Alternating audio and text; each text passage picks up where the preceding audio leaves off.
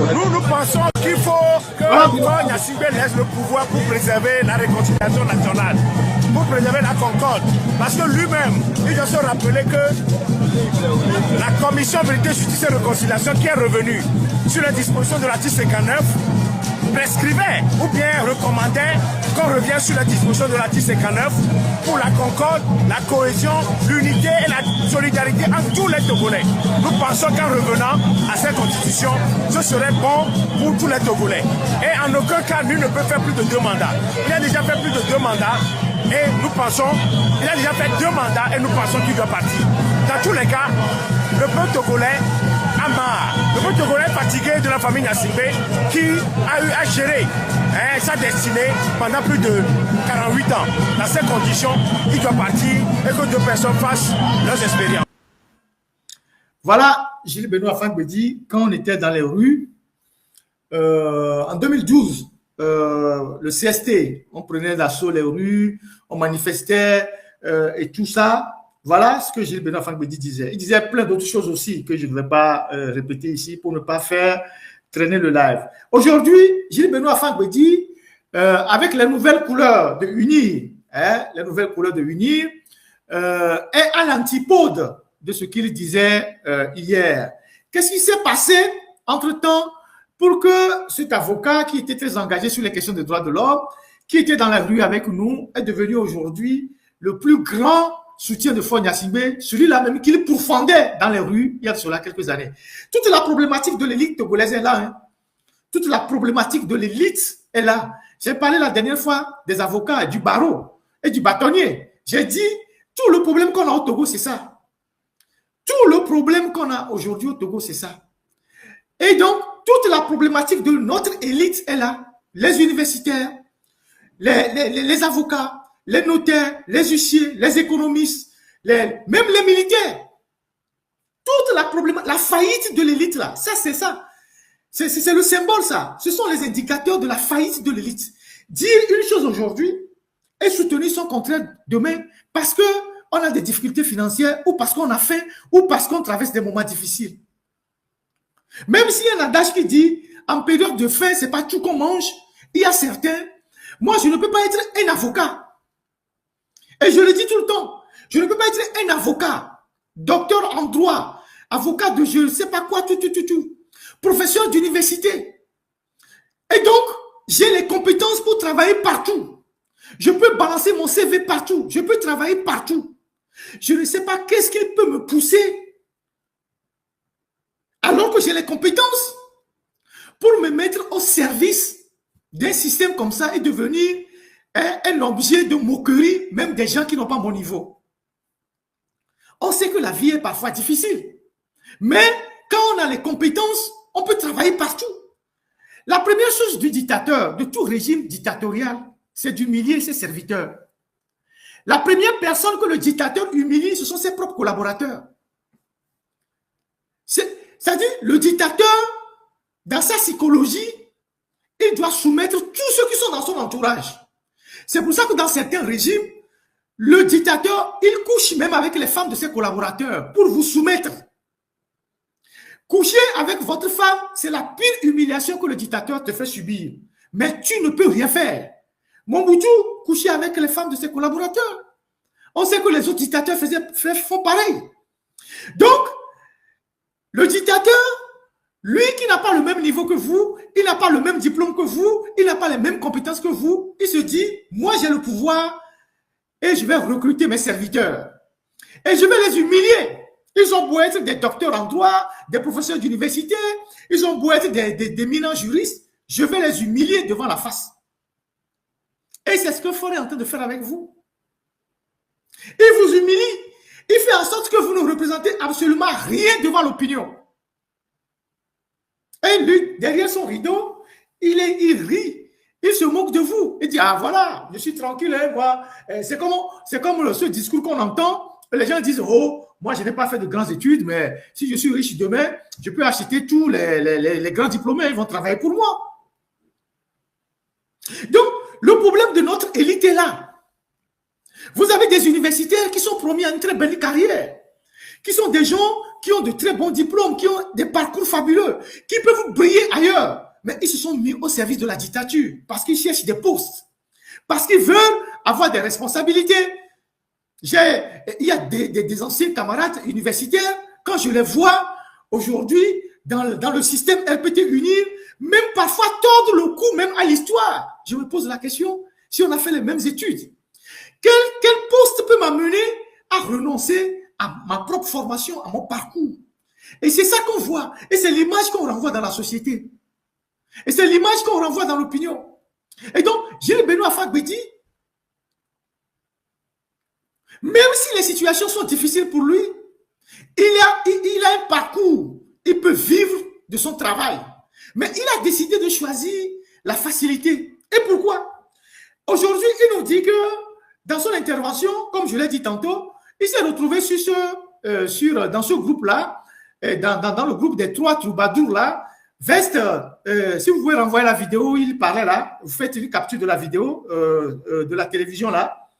On va un peu décortiquer son habillement, la vidéo, pour que vous voyez le niveau de son larbinisme, le niveau de son griotisme, comment il veut faire plaire, il veut plaire à son nouveau patron. Si vous pouvez passer l'image où il était sur le plateau, et on va décortiquer un peu son habillement. Je l'ai décortiqué tout à l'heure, mais la répétition, c'est une pédagogie. On va décortiquer un peu son argumentaire, mais on va partir de son habillement. C'est-à-dire, son inspiration. Voilà. Vous voyez son habillement? Vous voyez? Même pas comme fait attention. Mais regardez l'habillement de Gilles Benoît Fagbedi. Et vous constaterez que tout est uni sur lui, sauf les cheveux et les lunettes. Donc, il s'est tapé une veste bleue, bon, pour être aux couleurs du monde auquel il appartient maintenant. Il s'est tapé une cravate bleue, il s'est tapé une chemise blanche. Donc, tout ça, c'est aux couleurs de Uni. Et il ne le reste qu'en réalité à mettre la peinture bleue dans ses cheveux et à fendre le côté Mandela pour que ça soit en harmonie de la tête jusqu'aux pieds. Malheureusement, je n'ai pas vu ses chaussures. Peut-être que les chaussures et les chaussettes aussi sont bleues. Voilà ce que parfois les zélés de la 24e heure font quand ils arrivent dans un nouveau camp pour se faire intéresser. Ils cassent tous les codes. Ils veulent qu'on les remarque. Ils cassent tous les codes. Tout ce qu'il ne peut pas dire, il dit. Tout ce que les autres ne disaient pas avant, lui dit tout. Mais est-ce que vous pensez que depuis qu'il a rejoint le camp uni, qu'il a dit, qu'il a fait des meetings, qu'il a dit que lui supporte sa sœur de Vaughan, Madame Tomega, et qu'il a abandonné le journal Liberté quand sa sœur Vaughan a porté plainte contre Liberté. Vous pensez que Gilles Benoît Fagbedi, il vit mieux que nous? Vous pensez que là où il est là, Gilles Benoît Fagbedi là, il vit mieux que nous? Vous pensez qu'on lui donne suffisamment de marché pour régler ses problèmes financiers? La dictature ne te donnera jamais beaucoup d'argent pour que tu sois à l'aise financièrement. Ils te donneront un peu pour que tu continues d'être à leur service. Ils te donneront jamais, une dictature ne donnera jamais beaucoup d'argent à quelqu'un pour que la personne soit à l'aise et que la personne puisse partir et les laisser. Ils te donneront un peu. Aujourd'hui, peut-être 2 millions, demain 3 millions, après 4 millions. Et ça ne va rien te gérer. Parce que tu as des besoins. Au fil du temps où on te donne de l'argent, tu auras des besoins. Ah, je vais draguer une nouvelle femme, je vais acheter une nouvelle montre, je vais acheter une nouvelle veste, je vais faire ceci. Et donc, one two, l'argent est fini. Tu vas prendre le champagne que tu ne buvais pas avant, tu vas chercher la nana que tu n'avais pas pu draguer avant.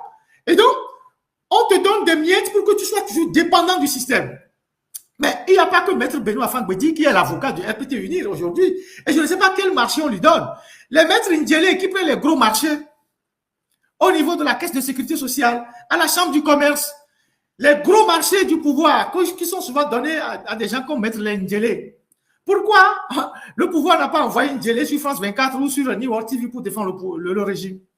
Maître Dandakou qui prend aussi des gros marchés dans le système, qui sont des avocats, des brasseries, du système, de tout ça là. Pourquoi on ne les envoie pas eux? Et que c'est toi, Gilles Benoît Fagbedi, qui a un cabinet difficilement tenable à Djidjolé là-bas. C'est toi qu'on envoie. Tu viens nous dire que oui, que je vais te lire les chiffres de la pauvreté à Vaughan. J'ai l'impression que ça ne tourne pas bien dans ta tête. J'ai fait beaucoup de dossiers sur la zone des phosphates. Donc, on a beaucoup écrit sur Vaughan, à Hauteuil, tout ça, jusque dans les lacs. On a beaucoup écrit, jusque dans le Zior. Je vais te donner les chiffres. Voilà une photo d'une rue. Comme tu dis que Fort a aménagé les pistes rurales. Mais Gilles, tu es sérieux, Gilles Benoît? Tu es sérieux là? Que Fort Gnassingbé, dans son bilan, que chez toi à Vaughan, ils ont aménagé les pistes rurales qui sont bien tracées pour le déplacement des populations. Toi qui viens d'une zone minière, la zone des phosphates, qui se trouve être aujourd'hui la zone la plus abandonnée du Togo, la plus délaissée du Togo. Voilà les routes de Vaughan quand il pleut, les pistes rurales dont tu parles. Voilà les ambulances que vous utilisez à Vaughan. Quand toi et ta sœur, Victoire Tomega, elle allait donner ces ambulances-là aux populations de Vaughan, les tricycles. Et dans une zone des phosphates, une zone où on exploite les phosphates, où des gens qui gèrent les phosphates sont des milliardaires. Voilà Vaughan.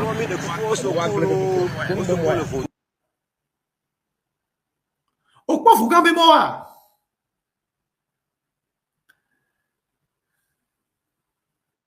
Vaughan mémoire.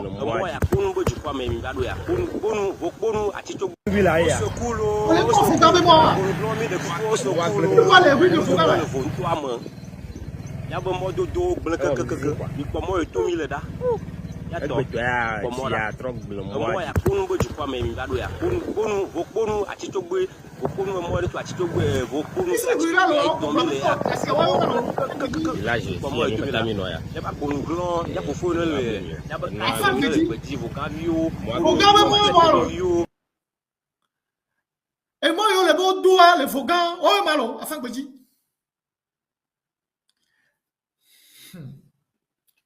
Nous, qu'est-ce que les Womima? Vaughan, mais ce que l'on a, ni pas mort. Ambulance, qu'on coupe d'Adawa, Victoire Tomega, Missovana, à mon les Vaughan. Passez-moi les ambulances là. C'est ça les ambulances. Hein? Ambulance à eux. Ambulance, quand on y vient là, les Vaughan. Tomegani, ministre de, je sais pas, développement la base là. Ce sont les ambulances que vous avez données à Vaughan. Ça. Tu mets ça aussi dans le bilan de Fort, n'est-ce pas? Tu mets ça aussi dans le bilan de Fort, n'est-ce pas? Ce sont les ambulances que vous avez données aux gens. Et pourtant, n'enlevez pas les ambulances, la technique, gardez l'ambulance un peu, je vais faire le commentaire. Et pourtant, Vaughan est une ville historiquement engagée pour la liberté au Togo. Pendant la colonisation, c'est une ville qui s'est levée contre les colons, qui s'est battue contre les colons et qui a payé le lourd tribut contre les colons. Vaughan, c'est une ville, c'est une localité qui regorge énormément de richesses. Mais les plus malheureux aujourd'hui au Togo, c'est les gens de Vaughan. C'est les populations de Vaughan. Non seulement elles ont perdu la grande partie de leurs terres qui ont été récupérées pour les phosphates, mais Vaughan n'a pas d'infrastructure. Il n'y a pas la route qui passe par Vaughan et qui va à Anfouin, je pense bien, il n'y a plus aucune route goudronnée à Vaughan. Vaughan abrite le marché, le plus grand marché au Togo, à part Lomé. Le marché de Vaughan est un marché de première catégorie. Mais le marché n'a jamais été construit. C'est des hangars qui sont dans le marché de Vaughan. Voilà les ambulances que vous avez données aux gens à Vaughan. Vaughan, c'est à 60 km de Lomé. Et moi, quand je dis, on va y aller Vaughan, et moi, on va les pistes rurales dont tu parles là, c'est les Allemands qui ont tracé ça à Vaughan. Comme la plupart des pistes rurales au Togo, aménagées après par les Français. C'est les Allemands qui ont fait les routes, les pistes au Togo, après aménagées par les Français sous la tutelle. Et ces pistes sont restées les mêmes depuis les indépendances. Et donc, tu es fier de dire que en 2025, où les gens font les autoroutes, les gens font les routes aériennes, les routes souterraines en Afrique, les gens sont en train de faire les métros en Afrique. Toi, tu viens de dire que le bilan d'un président est bon parce qu'il a tracé les pistes rurales dans ta localité. Pistes rurales. que le premier blanc qui a mis pied dans notre pays a tracé il y a 100 ans. On le mieux. Nous, c'est quoi ton problème?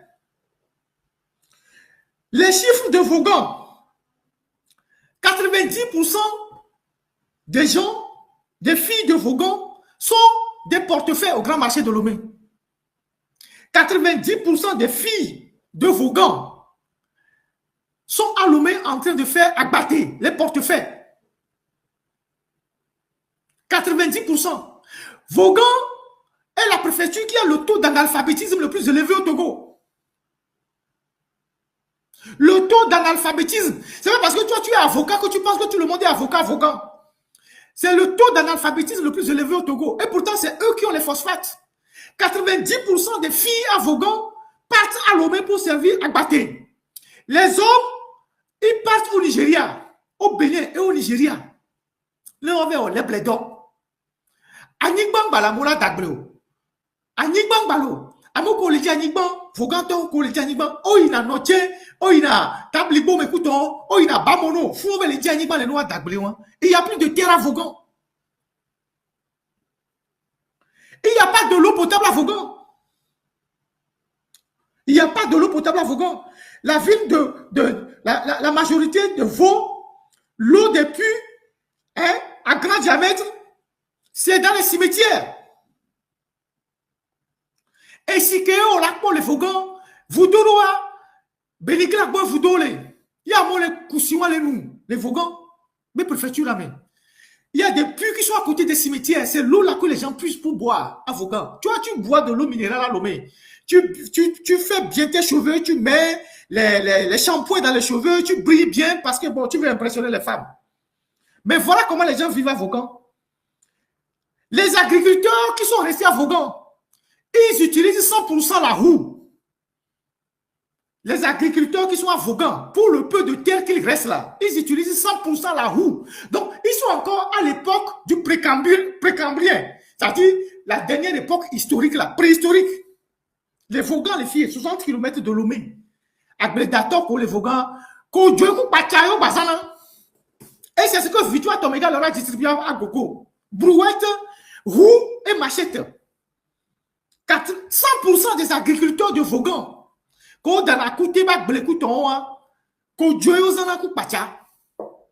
À l'heure de la mécanisation de l'agriculture. Hein? La roue a été inventée, à l'âge des métaux. Si tu veux qu'on parle d'histoire, la roue et le coupe-coupe là, ça a été inventé à l'âge des métaux. C'est-à-dire au temps immémoriaux. Des milliers d'années plus tard, à Vaughan, et à Vaughan là-bas, les gens continuent d'utiliser la roue. Et toi, tu viens gaillardement s'asseoir et nous dire, oui, que tu es devenu le partisan de quelqu'un qui a fait des miracles dans ta localité. C'est où le miracle? Fort a déjà fait le point de tout ce que les phosphates rapportent au Togo qu'il utilise avec ses amis israéliens. Fort a fait le point.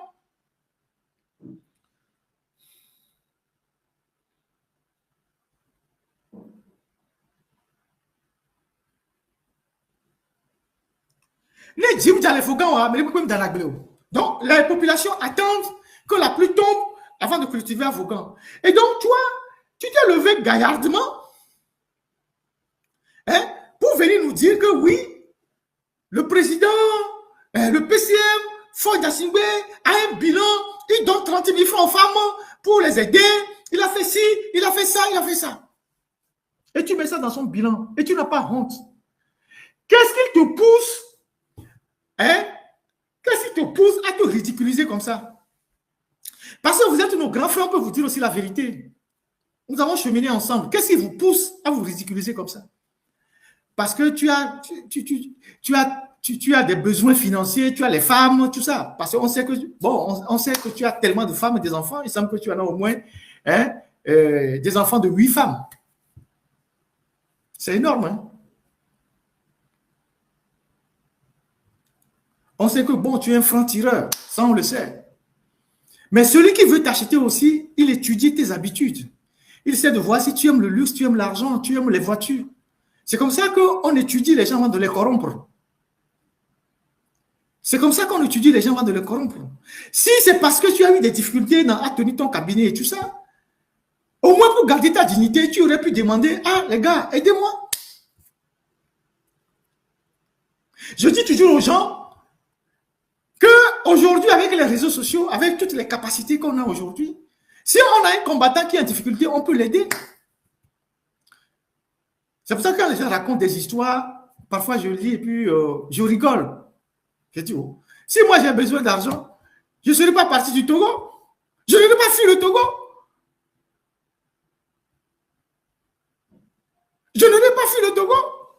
Il aurait suffi que moi aussi je me taise, que j'arrête de critiquer le régime et que bon, je n'ai de compte à rendre à personne. Et que je vais me barrer. Ou une fois que je suis arrivé dans la diaspora, je vais dire, bon, je me suis mis à l'abri, je me barre aussi. Ces histoires-là, ça me crée trop de problèmes, je vais me mettre de côté, tranquille. On peut lancer un GoFundMe pour te soutenir. On peut demander aux Togolais de cotiser. Si tu es dans la lutte, si moi, Ferdinand, aujourd'hui, je suis en difficulté et que j'ai vraiment besoin d'argent au point que je ne sais pas, je ne sais quoi faire, au lieu d'aller me compromettre, je dis toujours aux gens, mais vous savez combien je peux lever sur Internet?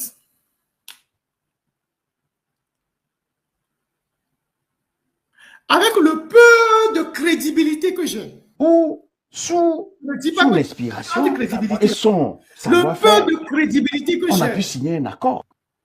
Le peu de crédibilité que j'ai. Il y a des gens à Lomé, ils m'envoient des préoccupations. J'en parle, le lendemain, c'est réglé. Et les gens m'appellent, disent, Ferdinand, qu'est-ce qu'on peut faire pour toi? La dernière fois, le lundi passé, le dimanche passé, j'ai lu la lettre des gens qu'on a abandonnés au niveau de l'INSET, les gens qui font les campagnes pour la carte ANID. Là. Mais lundi matin, les téléphones ont commencé à sonner dans tous les sens, on a commencé à courir, on a commencé à leur faire des virements, tout ça, des transferts d'argent. Il y en a qui m'ont appelé. Ils disent, grand frère, vraiment merci, que Dieu te bénisse. Qu'est-ce qu'on va faire pour toi? On va cotiser pour te donner. J'ai dit non, je n'ai pas besoin de ça. Je le fais de bon cœur. Je n'ai pas besoin de ça. Donc, si aujourd'hui, moi, Ferdinand, j'ai des difficultés, à supposer que je traverse une situation difficile et que j'ai besoin d'argent, si je lance un GoFundMe là, vous savez combien je peux récolter sur Internet? En 2 semaines, je peux dépasser 100 000 euros. En 2 semaines, je peux dépenser 100 000 euros.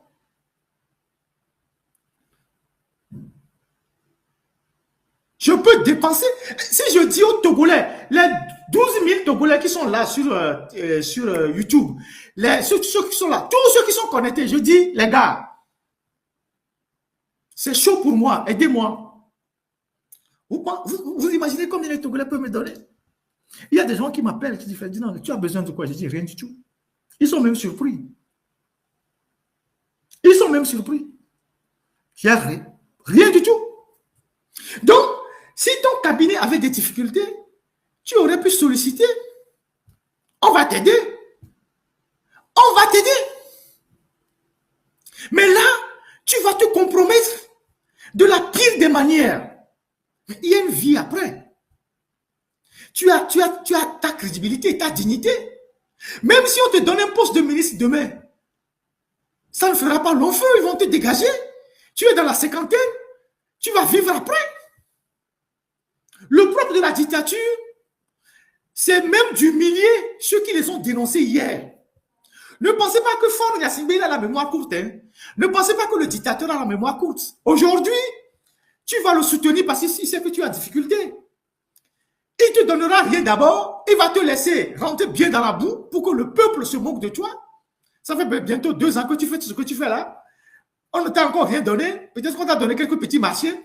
Mais ils vont te laisser bien descendre dans la boue. Ils vont te laisser, tu vas te malaxer. Tu vas rentrer bien dans la boue.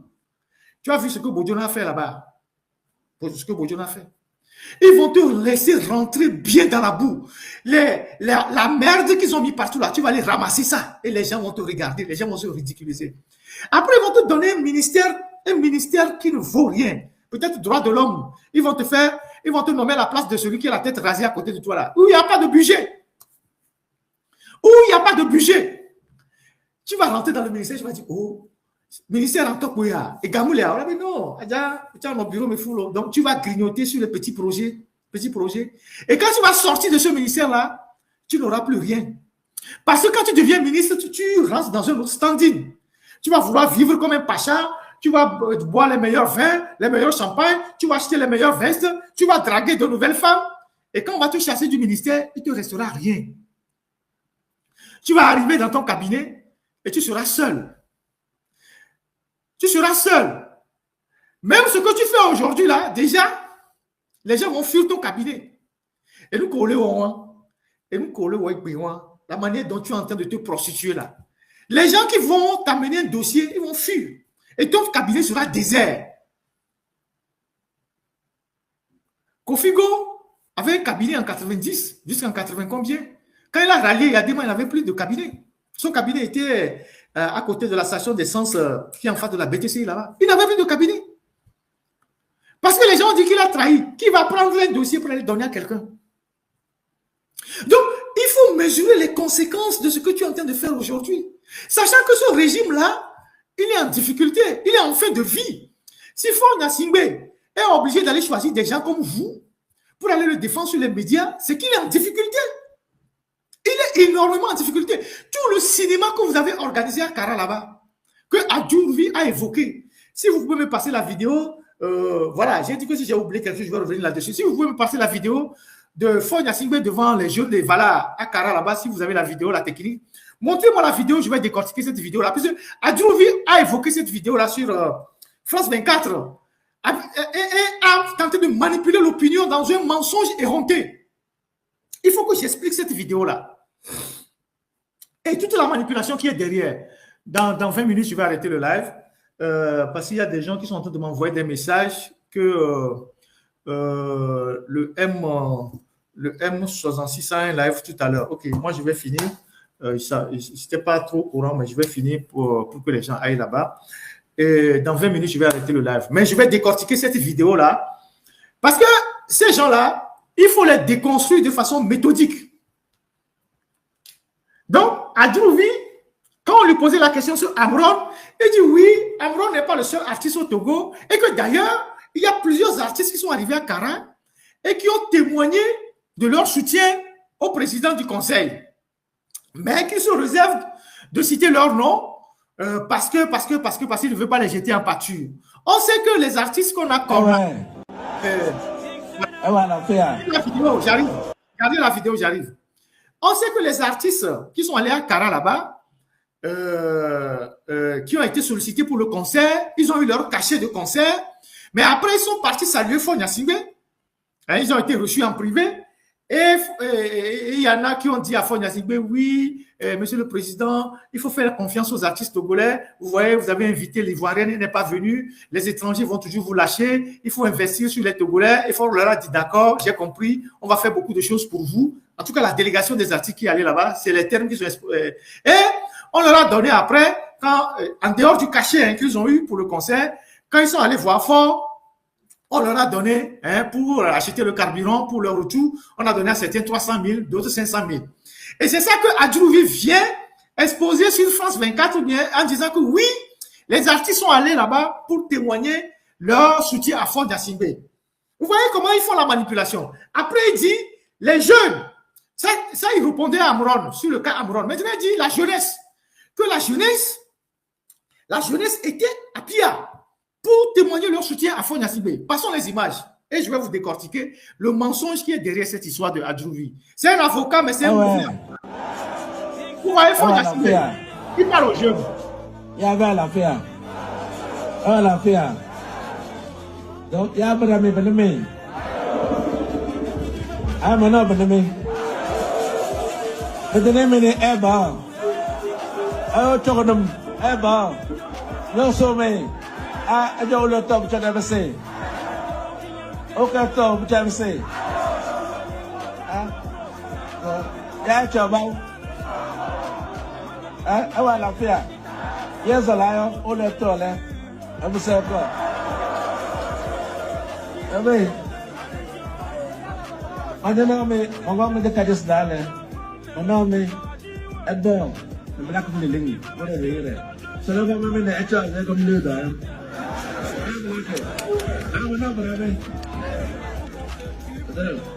Donc, c'est meilleur de ces entiers, nous avons l'air à tort, nous avons malin, ma maman.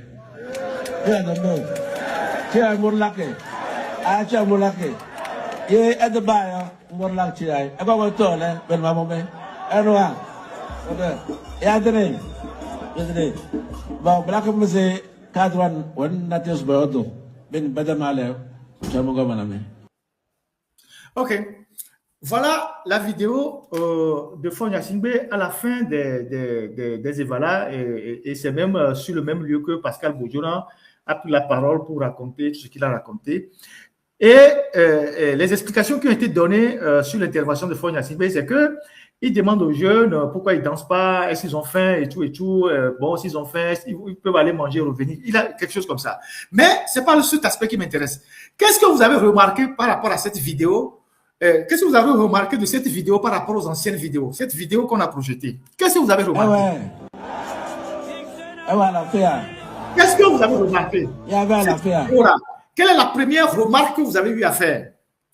Vous avez remarqué que ils n'ont pas fait un gros plan sur cette vidéo. Avant, quand les Evala finissaient, ils recevaient les jeunes quelque part où ils étaient en hauteur. Il était en hauteur et on faisait un gros plan sur les jeunes. Quand il y avait une place publique, il y avait une place, je pense, dans leur château là-bas, où quand les jeunes venaient, Faure était en hauteur et les jeunes étaient vers le bas et on faisait un gros plan. On voyait les jeunes, ils étaient nombreux. Mais cette fois-ci, les jeunes n'étaient pas nombreux. Les jeunes n'étaient pas venus nombreux. C'est pour ça qu'ils n'ont pas fait un gros plan sur les images. Regardez bien les images. Ils ont fait un plan rapproché. Nous sommes en communication. Ils ont fait un plan rapproché, ils n'ont pas fait un plan d'ensemble. Et ce n'est pas le même lieu.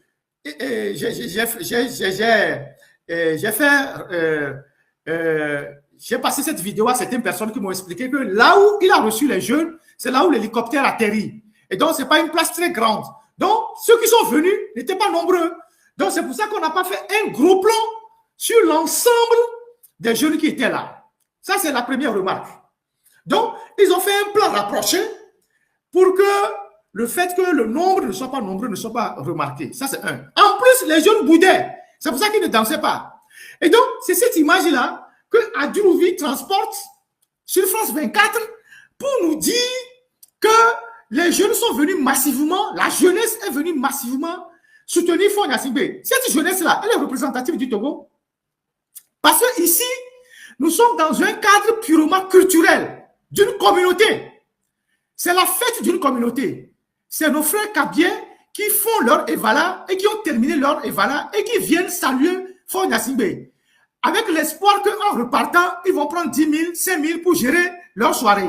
Et donc, en quoi cette jeunesse est représentative de toute la jeunesse togolaise?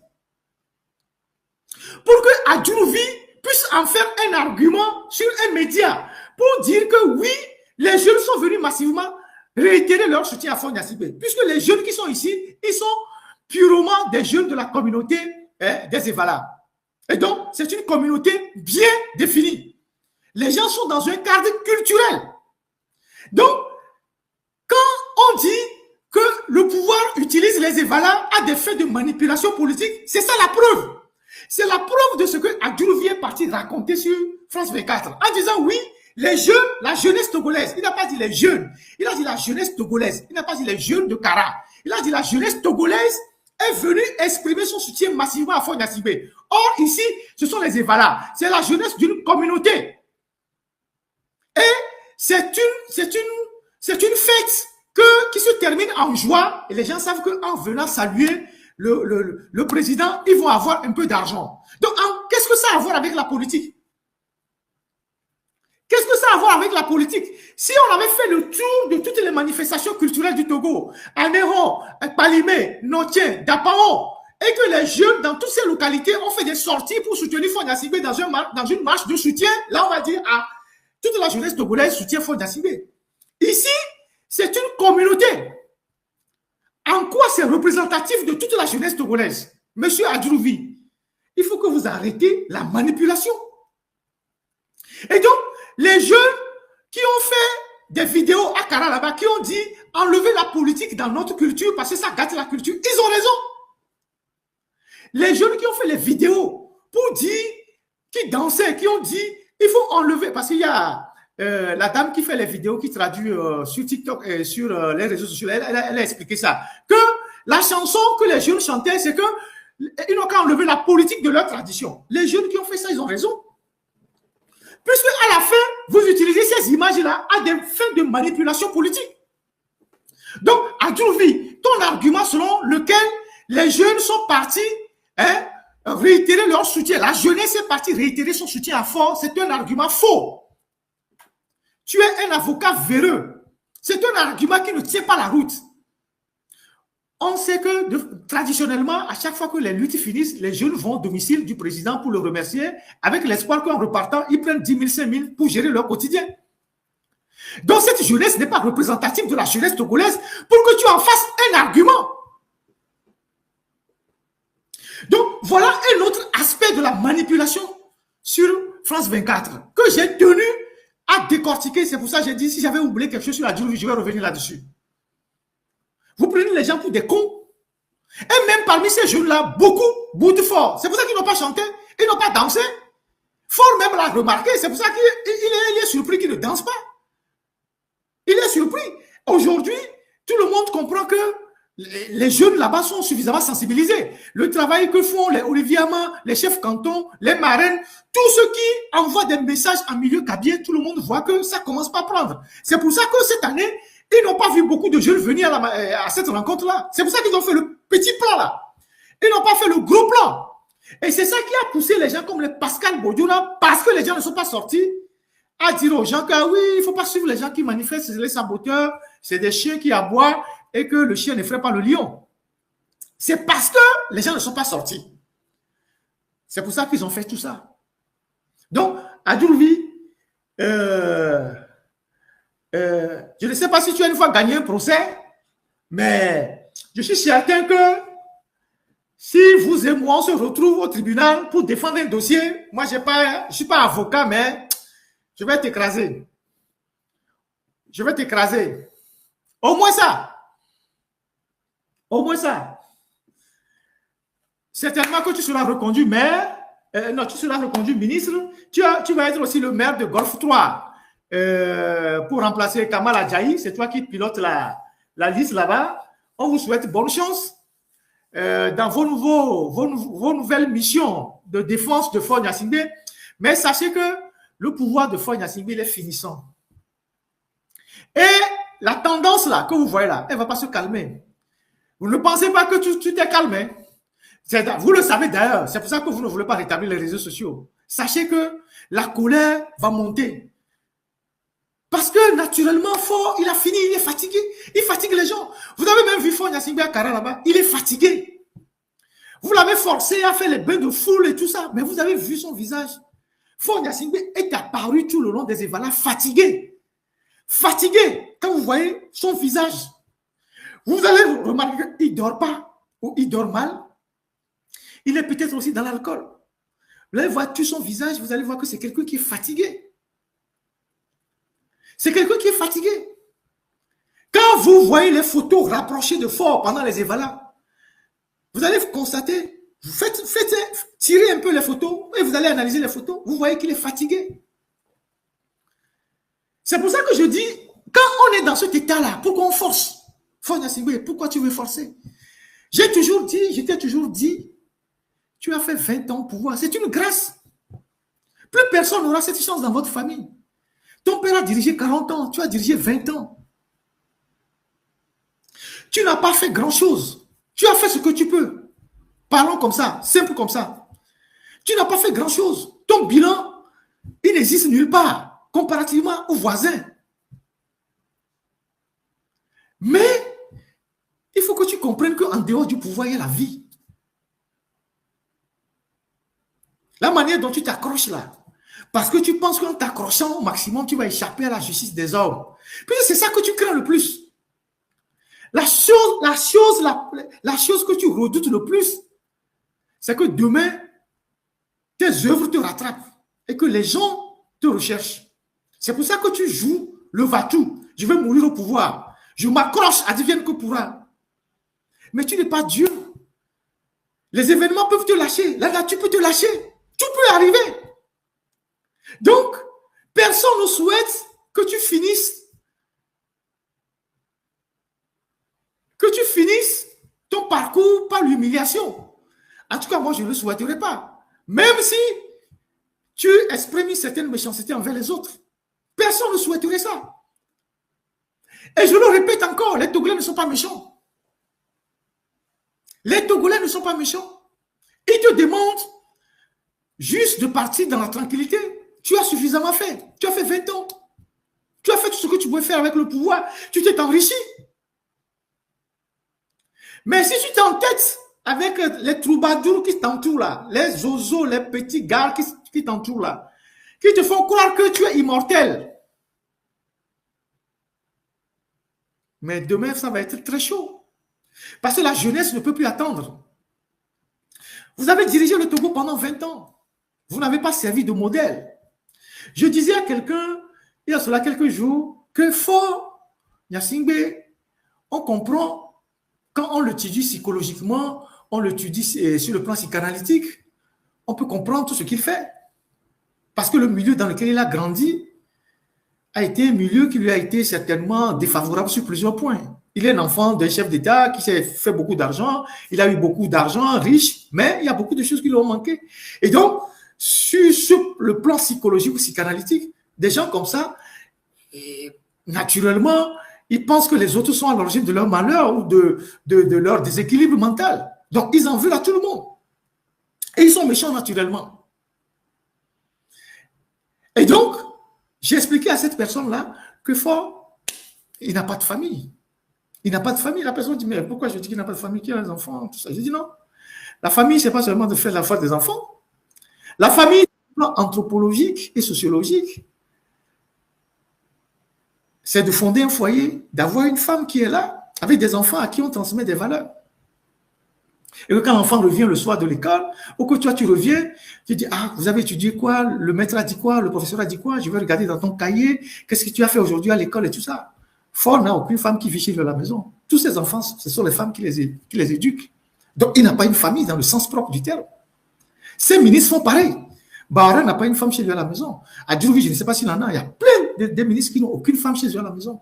Donc, ces gens-là, ils ne comprennent pas les souffrances des Togolais. Ils ne comprennent pas les souffrances des Togolais. Une famille, c'est d'avoir sous le même toit des enfants, une femme. Et même parfois, quand tu fais des bêtises, ta femme se réveille la nuit et dit, papa, ou par exemple, si tu es à la maison, tu abuses un peu de l'alcool, ta femme va te dire, non, papa, je t'arrache le verre. Que je t'arrache le verre. Papa, je t'arrache le verre. Est-ce papa, est-ce que tu as pris tes médicaments? Papa, non, tu ne dois pas faire ça, tu ne dois pas abuser de ça. C'est ça la réalité. Et il y a des gens avec des maîtresses dehors, mais il avait une femme à la maison. Il avait une femme principale à la maison. Et il avait des maîtresses dehors. Mais il avait une femme principale à la maison. C'était Badanyaki. Mais il avait des maîtresses dehors qui lui ont fait des enfants. Fort n'a aucune femme chez lui à la maison. C'est la femme qui va lui dire, ah papa, tu sais, il doit aller blé à mon blé qui est c'est difficile. Et nous, les siens, les gens, et quand tu arrives dans les filles, quand Dieu a tiqué moulot, il n'a personne pour lui dire ça. Il n'a que ses majordomes. Et ces gars qui font la sécurité, qui sont chez lui à la maison, c'est eux qui font l'entretien.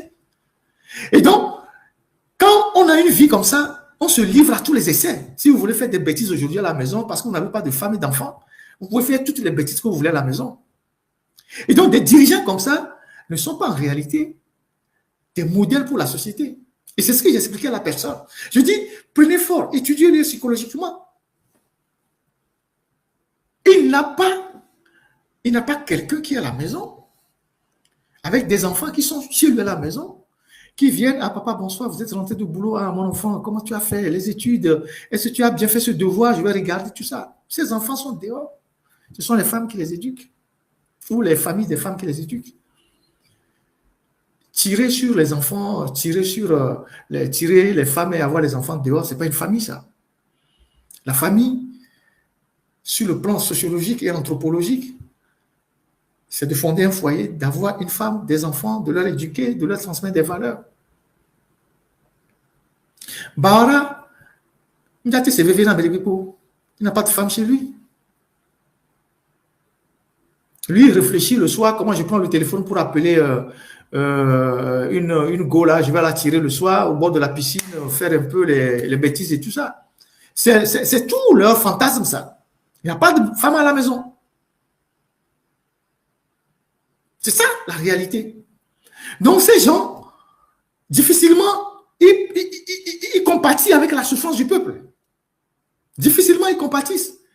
Parce qu'ils n'ont aucune idée de ce qui se passe dans les marchés, de ce qui se passe dans les pharmacies, de ce qui se passe pour les jeunes qui n'ont pas de boulot. Ils n'ont aucune idée de ce qui se passe dans les familles. Comment la vie est devenue chère. C'est ce que là, j'ai dit à la personne. Et elle m'a dit, Ferdinand, tu as raison, j'ai compris. Donc, tu as suffisamment rassemblé de l'argent. Tu peux aller vivre tranquillement. Il faut y penser. Je ne suis pas un devin. Je ne suis pas un oiseau de mauvais augure. Mais je suis convaincu dans mon fort intérieur, sans savoir ce qui va se passer réellement demain ou la manière dont ça va se passer, que la nature, que les dieux t'ont lâché. Moi, j'en suis convaincu. Que le reste, c'est une question de temps. Donc, évite de t'accrocher.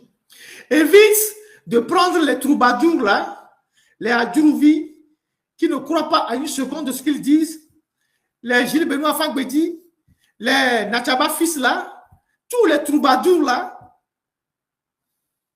aucun d'eux ne croit ce qu'ils disent. Même Pascal Bodjouna, qui a parlé devant les jeunes, il ne croit pas à un seul mot de ce qu'il a dit. Et tu le sais. Il n'y a pas plus dangereux pour un homme politique d'avoir autour de lui des faux collaborateurs. Parce que le danger peut t'atteindre à tout moment. Les gens qui font plus que les Goebbels aujourd'hui, là, les enfants Bédi, là, ils veulent dépasser même les Goebbels, qui étaient les propagandistes de Hitler. Les gens là, ils gèrent juste leur quotidien. Ils veulent juste de la pitance. Donc, tu as fait 20 ans. C'est une grâce. Ton bilan n'est pas fameux. Dis aux Togolais, je vous ai compris. Je ne sais pas qui a dit que je vous ai compris. Je ne sais pas si c'est De Gaulle, je ne sais pas qui. Française, je vous ai compris. Et barre-toi tranquillement. Va vivre tranquillement quelque part. Tu peux aller acheter une île, vivre tranquillement avec tes femmes et fais ce que tu veux. Mais si tu t'accroches, parce que papa m'a dit de ne jamais laisser le pouvoir, les événements vont te surprendre. Ce n'est pas une prophétie, hein, mais je pense